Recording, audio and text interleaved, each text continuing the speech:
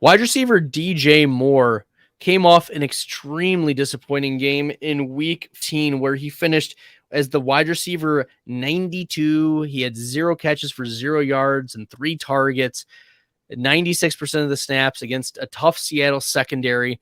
But then he bounces back against Pittsburgh, 5 for 73 in the touchdown, finishes as the wide receiver 13 on the week. And as we know about DJ Moore, it is Jekyll and Hyde. Okay. And it's not even matchup dependent because as we trace it all the way back to week 7, Tampa Bay, who is a decent enough secondary, wide receiver 8 on that week. Atlanta, who's a favorable secondary, wide receiver 5 in that week. Cincinnati, tough secondary, wide receiver 50. Atlanta and Baltimore gave up a lot of fantasy points to wide receivers, but not for DJ Moore. Atlanta gave up only 4.9 fantasy points. DJ Moore, wide receiver 63, Baltimore wide receiver 64 in week 11.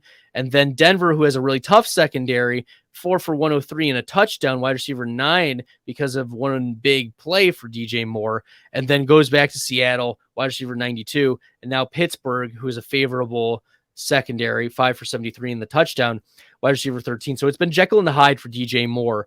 And so going into week 16 against Detroit in Carolina, we'll dig deeper into that matchup later on. But if it's a favorable secondary and we expect this to be more of a shootout, then DJ Moore, I think you're going to fire him up as a wide receiver too.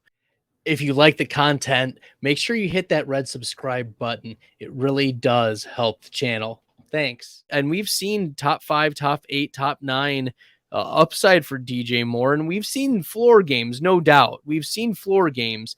But the ceiling is just so tantalizing against a Detroit Lions team that going into week 15 was giving up the 3rd most fantasy points to the wide receiver position and the most quarterback fantasy points. So DJ Moore, I think you're starting him this week against the Detroit Lions.